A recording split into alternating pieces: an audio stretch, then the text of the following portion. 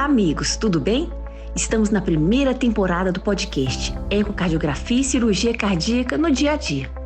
Eu sou Bárbara Linhares Vrandesic, mineira, casada com cirurgião cardíaco, mãe de 3 crianças, Lara, Oliver e Mário. Sou cardiologista, ecocardiografista e ecografista vascular. Atualmente sou coordenadora do Departamento de Imagem Cardiovascular da Sociedade Mineira de Cardiologia, no meu 2º biênio. Trabalho no serviço de ecocardiografia e ecografia vascular do Hospital Biocor Redditor. E com muito prazer, eu trabalho em ecocardiografia voltada para a cirurgia cardíaca há 15 anos, tanto dentro quanto fora do bloco cirúrgico. E esse podcast é para você, ecocardiografista, que deseja aprender mais sobre o mundo da cirurgia cardíaca, para que seu exame seja mais fiel e completo. E para você, cirurgião, que deseja ampliar seus conhecimentos em ecocardiografia em sua análise de um laudo ecocardiográfico. Ou então para você, cardiologista e clínico, que busca um conhecimento mais amplo e profundo sobre o assunto. Você está no lugar certo.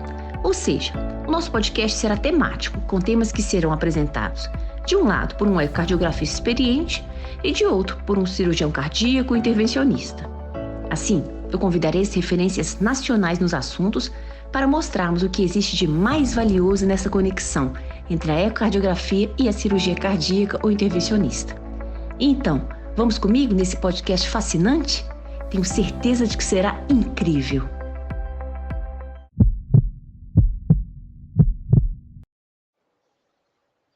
A nossa conversa de hoje vai tratar de 2 doenças cardíacas congênitas relativamente frequentes: a comunicação interatrial e o forame oval pérvio.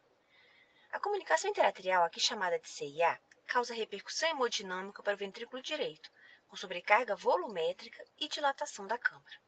Por outro lado, a relação entre AVC, criptogênico e forame oval pérvio desperta interesse na classe médica, pois estudos demonstram que a oclusão transcatéter do forame oval reduziu a incidência de AVC criptogênico quando comparado ao tratamento medicamentoso. E a nossa convidada de hoje é a ecocardiografista doutora Cristiane Nunes Martins, uma amiga querida, companheira do dia a dia, que todos os dias me ensina um pouquinho do que ela sabe com tanto carinho e atenção. Ela é atual presidente do Departamento de Cardiopatia Congênita e Cardiologia Pediátrica da Sociedade Brasileira de Cardiologia e coordenadora do Serviço de Cardiologia Pediátrica do Biocor Instituto. Doutora Cristiane, muito obrigada pela sua presença, dividindo os seus conhecimentos sobre esse assunto tão importante, relevante, que engloba pacientes de todas as idades. Bem, doutora Cristiane, vamos começar a nossa conversa com uma diferenciação bem básica que precisamos fazer ao ecocardiograma. Quais são as diferenças ecocardiográficas entre o forame oval pérvio e a comunicação interatrial? Obrigada, Bárbara. Eu que agradeço pela oportunidade e aproveito para parabenizá-la pela iniciativa da criação desse projeto, que tem como objetivo compartilhar informações tão relevantes que vão realmente auxiliar tanto clínico quanto ecocardiografistas na prática clínica diária. É um grande prazer estar aqui. Mais uma vez, obrigado pelo convite. Bem, Bárbara, a primeira coisa que eu gostaria de diferenciar do ponto de vista conceitual é o que é uma comunicação interatrial e o que é um defeito do septo interatrial. A gente define uma comunicação interatrial qualquer shunt proveniente do átrio esquerdo para o átrio direito ou para qualquer uma de suas tributárias.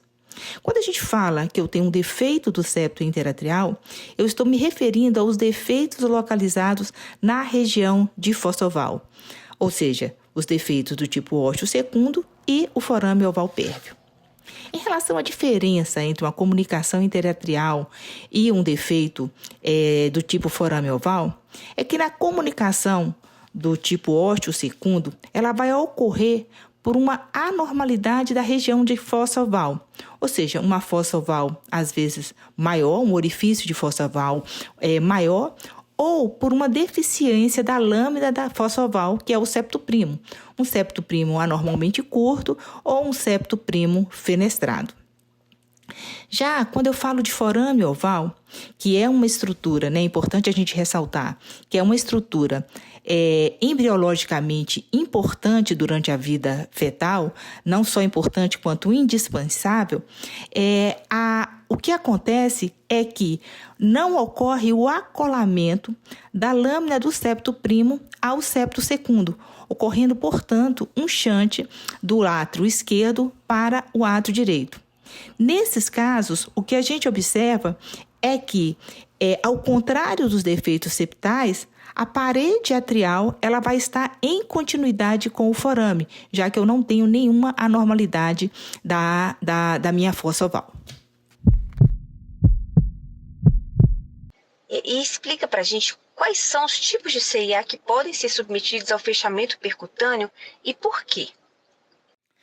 Bem, Bárbara, antes da gente falar sobre o fechamento percutâneo da comunicação interatrial, é importante a gente classificar essas comunicações. Então, do ponto de vista de classificação, as comunicações elas podem ser classificadas em comunicações do tipo óstium secundo, que são as mais frequentes, ocorrendo aí em 75% dos casos.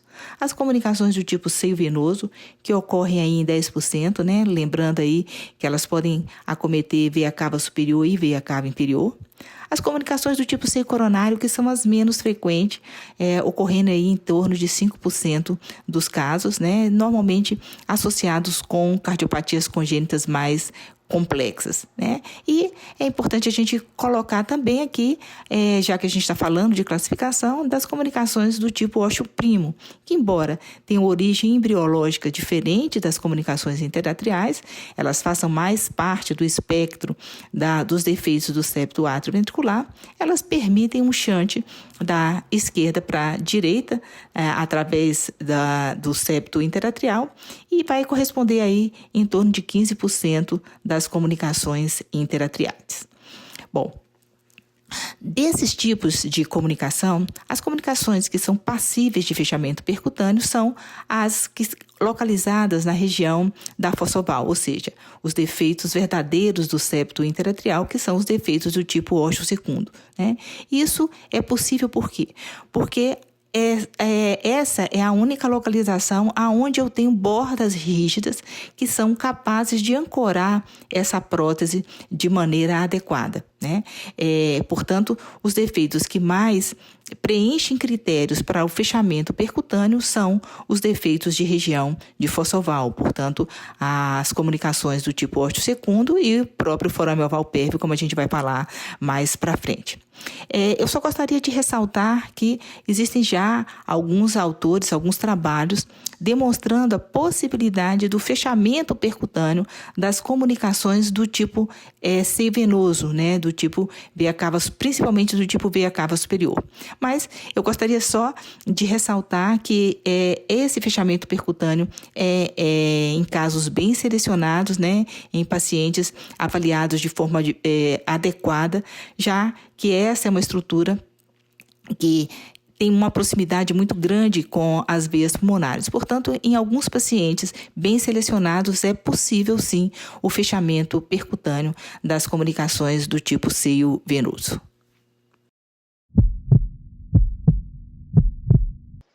Está bem. E em relação ao forame oval pérvio agora? O ecocardiograma deve fornecer quais informações obrigatórias? Eu me refiro ao transofágico porque, apesar de ser possível fazer as medidas ao eco transtorácico, a gente tem mais segurança de fazer o transofágico para definir essas informações, certo? Bem, Bárbara, a gente vai partir do pressuposto que esses pacientes já foram adequadamente avaliados pelo eco transtorácico, né? Então, naqueles pacientes com suspeita clínica de uma comunicação interatrial, né, vão ser inicialmente avaliados pelo eco transtorácico, né? O eco transtorácico ele vai me dar informações não só da localização do defeito, como a gente falou aí em relação à classificação, se eles são do tipo ósseo secundo, se eles são do tipo ósseo primo, se eles são do tipo veia cava superior. Então, isso vai ser avaliado minuciosamente pelo eco transtorácico, além da avaliação do retorno venoso, sobre o grau de repercussão hemodinâmica, se eu tenho ou não hipertensão pulmonar e a presença de defeitos associados que possam mudar aí a minha conduta terapêutica. Nós sabemos que, em decorrência da localização mais posterior do septo interatrial, o ecocardiograma transtorácico ele vai definir pobremente os defeitos do septo interatrial, particularmente em crianças maiores, em que a via subcostal não oferece uma imagem de alta definição. Por isso, quando eu estou diante de um paciente em que eu acho que ele é uma comunicação do tipo ósseo secundo passível de fechamento percutâneo, a avaliação do eco transesofágico ela é prioritária. Através da ecocardiografia transesofágica é importante, algumas informações vão ser muito importantes, principalmente referentes à anatomia do septo interatrial, como, por exemplo, a posição da comunicação interatrial, a característica das bordas que circundam o defeito, a característica do próprio defeito, se são defeitos múltiplos, né, se eu tenho múltiplos orifícios, ou se esse orifício ele é multifenestrado, ou se eu tenho duas comunicações distantes entre si, né? E os dados que a gente precisa colocar no laudo seria exatamente as bordas dessa comunicação, né? Localizar todas essas bordas e medir a borda da veia cava superior, a borda da veia cava inferior, a borda aórtica, a borda do quatro câmaras, né? São dados importantes de a gente colocar. Se eu tenho defeitos múltiplos, é importante a gente colocar a distância de cada um dos orifícios, exatamente para o hemodinamicista saber se ele vai precisar, se com uma prótese só eu consigo fechar os defeitos, ou se eu preciso de duas próteses se eu tiver defeitos distantes entre si. É importante a gente também colocar no laudo se eu tenho um aneurisma da região da fossa oval e se eu tenho a presença ou não de hipertrofia da válvula de Eustáquio, que pode ser aí um fator que dificulte a técnica. Então, são essas as informações mais importantes que a gente tem que colocar no laudo da ecocardiografia transesofágica. E continuando nesse mesmo assunto, me descreve o teste de salina agitada ideal para a gente fazer o diagnóstico de shunt direita e esquerda para auxiliar na propedêutica do AVC criptogênico. Como deve ser feito esse teste de salina agitada ou microbolhas? Bem, o forame oval, como a gente já falou, é um defeito no septo interatrial. A gente sabe que ele é obrigatório na vida intrauterina, pois ele vai permitir a passagem do sangue oxigenado proveniente da placenta, né, para a circulação sistêmica. Nós sabemos que após o nascimento, a grande maioria dos indivíduos, essa comunicação ela se fecha, né? Um dos fatores seria aí o aumento da pressão atrial esquerda, mas em cerca de 27 a 30% dos indivíduos adultos isso não vai acontecer, né? 27 a 30% da população apresentam um forame oval pérvio.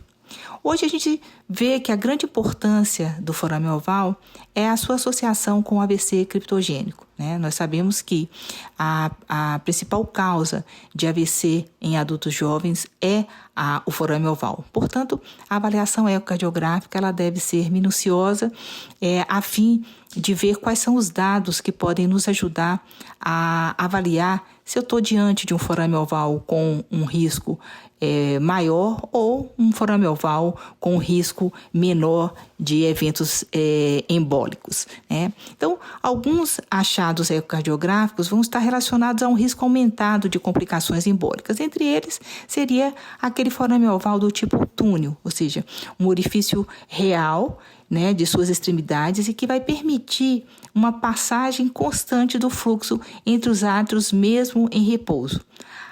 Outro dado importante seria a presença de aneurisma de septo interatrial, né? Ou seja, se eu tenho uma importante mobilidade da lâmina de forame oval, muitos autores também relacionam isso ao risco de eventos tromboembólicos. Associação com uma válvula de Eustáquio proeminente, que vai direcionar o fluxo da veia cava inferior para o átrio direito através do forame oval, também tem sido descrito como um fator predisponente a fenômenos tromboembólicos. Uma maior distância entre as lâminas do forame oval patente e o septo secundo, né, que vai determinar exatamente o diâmetro da boca do forame oval. E a quantidade e condição da passagem de microbolhas do átrio direito para o átrio esquerdo, né? Ou seja, em repouso ou com manobra de valsalva. Então, esses são dados que são extremamente importantes da gente colocar no ecocardiograma a fim de orientar o clínico sobre o risco da associação do forame oval com eventos embólicos. Bom, o uso de microbolhas de solução salina na ecocardiografia, ela possibilita a identificação da presença de defeitos septais, como forame oval, ou da existência de fístulas pulmonares. A técnica é muito simples, ela consiste em obter bolhas salinas, muitas vezes referidas como microbolhas, a partir da agitação manual de 10 ml de solução salina fisiológica 0,9%. A seguir, essas bolhas são infundidas diretamente na circulação sanguínea, por volta de 3 ou até mais vezes simultaneamente, junto com a execução da manobra de valsalva. O que a gente sabe? Que em situações normais, as microbolhas elas não ultrapassam a circulação capilar pulmonar após a infusão da solução salina agitada em uma veia periférica do antebraço. Contudo, a observação de microbolhas em cavidades cardíacas esquerdas vai indicar a presença de um shunt na circulação. Esse shunt pode ser intra ou extracardíaco. O que a gente tem que observar? Que quando se encontram no átrio esquerdo em até 4 ciclos, considera-se a presença de um shunt intracardíaco, sugerindo aí a presença de um forame oval pérvio. Se houver passagem após o 5º ciclo, é possível que esse shunt tenha uma localização provavelmente extracardíaca, em geral, um shunt intrapulmonar. A ecocardiografia transesofágica é considerada hoje a ferramenta padrão ouro para avaliação do defeito antes do procedimento, sendo, portanto, crucial para uma ótima seleção dos pacientes, né? Durante o procedimento percutâneo, a ecocardiografia transesofágica ela vai realizar a monitorização de todos os passos do procedimento, incluindo aí a seleção adequada do dispositivo, a definição da posição do dispositivo no septo, a presença de fluxos residuais e o diagnóstico de possíveis complicações. Portanto, a gente sabe que o sucesso técnico do procedimento, bem como a minimização da ocorrência de complicações e a obtenção de altos índices de oclusão, vão depender exatamente da escolha apropriada do tamanho do dispositivo. Portanto, essa interação do ecocardiografista e do hemodinamicista ela é indispensável para que a gente tenha um bom resultado desse procedimento. Então, tecnicamente, são vários os passos que são necessários para que a gente tenha uma escolha otimizada do dispositivo, que talvez seja a parte mais importante do procedimento percutâneo, é escolher um dispositivo adequado àquela comunicação interatrial. Então, inicialmente são realizadas as medidas, não são refeitas as medidas que já foram feitas anteriormente no eco de pré-operatória da comunicação interatrial. Então, é feitas as medidas da comunicação em seu maior e seu menor eixo, né, pelo eco transesofágico, né, nos diferentes planos do eco transesofágico, seja aí 0 grau, 4 câmaras, o eixo transverso, 45, eixo das cavas entre 90 e 95 graus.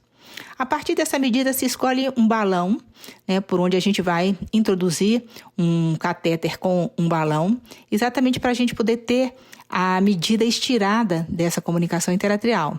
Então, uma vez que a gente sabe que a comunicação não é uma estrutura circular, né, e que essas bordas elas podem ser extremamente maleáveis e muitas vezes a medida ela não vai corresponder ao tamanho real da comunicação. Muitas vezes ela é mais distensível. Então, a gente faz a medida do que a gente chama de medida estirada da comunicação interatrial através da introdução de um balão. Então, quando a gente utiliza um dispositivo autocentrável, né, o tamanho da cintura ela deve ser igual ou até 2 milímetros maior do que o diâmetro estirado do defeito, né?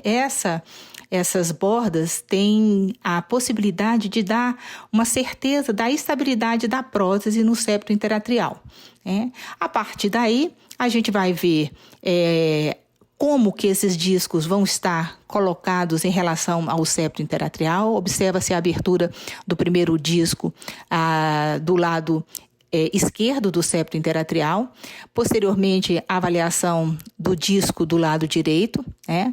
Observa se vai ter algum shunt residual, se não existe o comprometimento de nenhuma estrutura importante, faz uma varredura em toda o septo interatrial, né, em busca de possíveis defeitos residuais, de possível compressão de alguma estrutura importante, e a partir daí se orienta o hemodinamicista de que a prótese está numa posição adequada e se realiza aí, portanto, a retirada do catéter do hemodinamicista.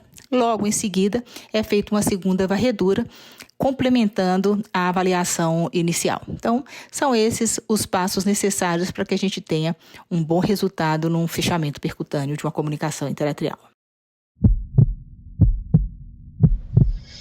Tá bem, então a gente viu sobre os defeitos do septo interatrial propriamente ditos. E além dessas medidas específicas que você relatou em relação às bordas, sobre o defeito propriamente dito, eu quero saber quais outras medidas ou informações anatômicas que a gente tem que fornecer no laudo, ou seja, aumento de câmaras direitas, hiperfluxo pulmonar, o que a gente tem que colocar além dessas medidas do defeito do septo interatrial propriamente dito. Bom, então, só recapitulando, então, Bárbara, quando a gente está diante de um paciente aí com suspeita de uma comunicação interatrial, a primeira coisa, portanto, vai ser a classificação dessa comunicação e a avaliação das repercussões hemodinâmicas que esse fluxo aí da esquerda para a direita está trazendo para esse paciente. Então, a gente faz aí a definição da classificação do tipo de comunicação, a gente faz a medida dessa comunicação mesmo no ecocardiograma transtorácico, né? É importante fazer a medida, né? Lembrando aí que dependendo do tamanho da comunicação, a gente tem uma possibilidade de fechamento espontâneo, principalmente na infância. Então, a gente sabe que comunicações menores que 5 milímetros na infância têm uma alta possibilidade de fechamento espontâneo e comunicações maiores que 8, a possibilidade é menor. Então, até mesmo para a gente poder estar orientando esses familiares, é importante dimensionar, né, medir essa comunicação e as suas repercussões hemodinâmicas, como diâmetro do átrio, né, volume do átrio esquerdo, avaliação do diâmetro das câmaras direitas, né? Eu falo sempre que essa avaliação ela deve ser anotada em todos os laudos, exatamente para que a gente tenha um parâmetro se está havendo crescimento ou não. Em criança, a gente utiliza muito como parâmetro o índice Z, né, já que a gente está falando de uma população em que ainda não tem critérios estabelecidos de tamanho para a faixa etária. Portanto, a colocação no laudo do diâmetro das câmaras sempre indexada pela superfície corporal é de extrema importância. A avaliação dos defeitos associados, né, como eu falei, que pode mudar a evolução do tipo de tratamento. A avaliação do fluxo pulmonar, né, na criança, a presença de hipertensão pulmonar, muitas vezes ela pode ser não relacionada ao defeito, né, as hipertensões pulmonares mais importantes vistas em associação com comunicação interatrial, a gente tem que ficar atento, porque pode não ser secundária e sim uma doença primária pulmonar. É importante também a avaliação do fluxo pulmonar. Eu gosto de colocar no laudo a relação do QPQS, é um dado também que é muito importante e ajuda o clínico aí na formulação de um diagnóstico adequado e o acompanhamento adequado destes pacientes. Então, eu acho que de uma forma geral é isso, né? Classificar e avaliar as repercussões hemodinâmicas de uma forma geral, diâmetro e hiperfluxo pulmonar. Eu acho que é isso. Que conversa boa, hein? Eu mesma aprendi demais agora na nossa conversa e te agradeço demais pela presença no nosso podcast, pela sua eficiência nas respostas, pela sua experiência e por nos ajudar tanto nessa construção deste laudo ecocardiográfico para que seja mais completo e mais real para ajudar tanto o cardiologista quanto o intervencionista. Muito obrigada. Bárbara, eu que agradeço, pela oportunidade de estar aqui, e mais uma vez, parabéns por esse projeto brilhante.